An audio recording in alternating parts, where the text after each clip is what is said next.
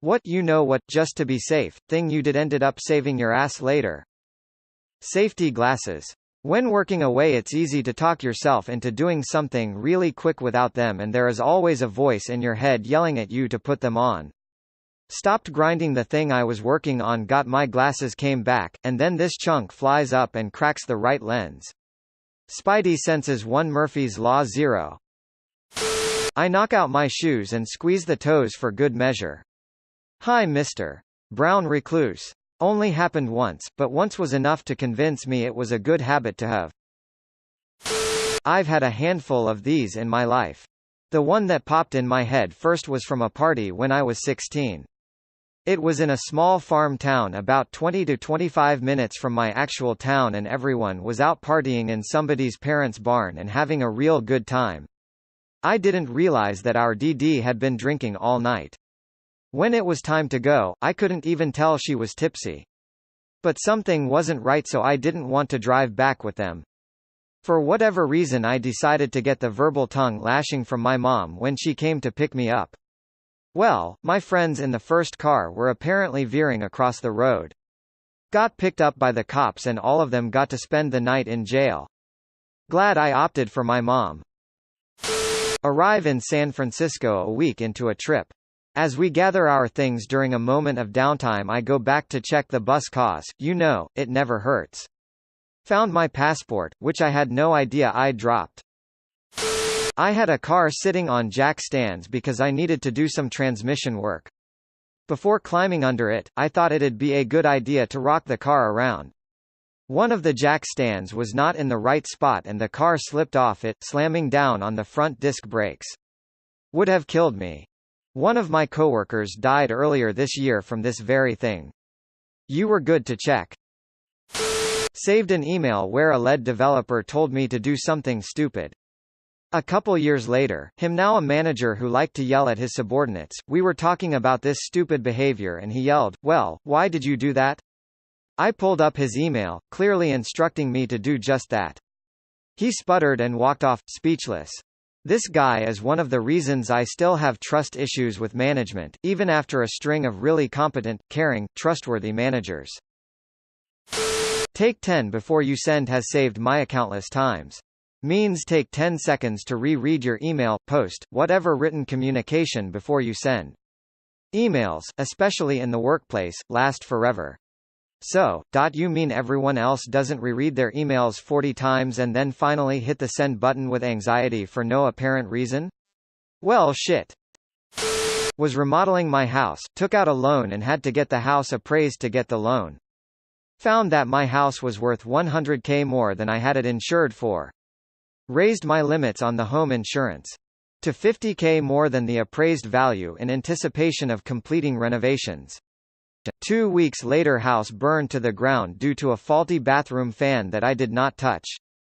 City, insurance company and loan company all sent separate investigators due to how shady it looked. Went hiking in the middle of the day with a friend and his GF. I brought flashlights for each of us. Well, the hike took a lot longer than expected and my buddy's GF sprained her foot at the end. It took us nearly 3 times as long to get back and it was dark with relatively rocky terrain. Those flashlights saved our bacon. I can't even fathom how long it would take to stumbling in the dark otherwise. When I was 20, I worked at a gas station. They had just changed the law to if the customer looked 40 and under, you had to ID them for cigarettes. I was by myself, lady came in and ordered a pack of Camels. She looked roughly 45, so I didn't ask. I had this nagging feeling throughout the transaction that it would be a very good idea to ask. So before I took her money I kinda laughed and said, "Mind if I see your ID real quick? I'm really sorry, you're clearly old enough but they changed the law recently on who we have to ID." She just looks at me and said, "I'm so glad you asked," and flashed her work card at me. She was a freaking inspector. If I didn't ask her, I would have been arrested and fined. That was the day I learned to trust my gut. And I also suck at telling people's ages. She was 35. Got insurance for a moving van. It was $50, and I thought just in case. Turns out my roommate wasn't paying attention, and caused one of the walls to be ripped up. Would have cost near $3,000 in damages, but since I paid the $50, I didn't owe anything. Yeah, when you're renting a van, that's always worth it. Barely anybody is used to maneuvering such a big vehicle, so something can always happen. Noticed that the dickhead next to me had parked WAAAY over the line. I work at a hospital and even a shitty space like this is a godsend, so I decided to take a picture of my car well within the lines, and this car way over the lines, including the license plate. Driver could not get into her car because mine was too close to her driver's door, as it was 2 feet into the adjacent space, so she climbed into the passenger side, opened her door into mine 3 times to dent it, and drove away. Luckily, with both the photo with the license plate, and the witness of 2 paramedics, I successfully reported it to the police. So what happened? Control plus S, Control plus S, Control plus S, and more Control plus S. Never know when the power will go out. This one is a bit more lighthearted. A few years ago I went on a trip to Venice. It was going to be sunny, and I knew I have terrible luck, and that there are many pigeons, so I took an old white baseball hat with me and put it on. Of course, a pigeon shat on my head. Right on the hat I had with me just in case. I was driving on the highway headed back to college and I see a flatbed semi coming in the opposite direction that looked to be carrying railroad ties, big square logs basically. I think to myself, it sure would be bad if one of those things fell off.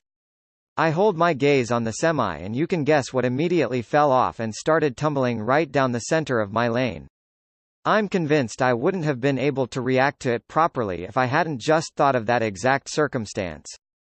Or what if your superpower is thinking accidents into existence and you made the railroad ties break loose? Very simple, but a roll of toilet paper in the glove compartment of my car has literally saved my multiple times. Sorry for formatting, I'm on my phone. One day I got a hit in the head while surfing.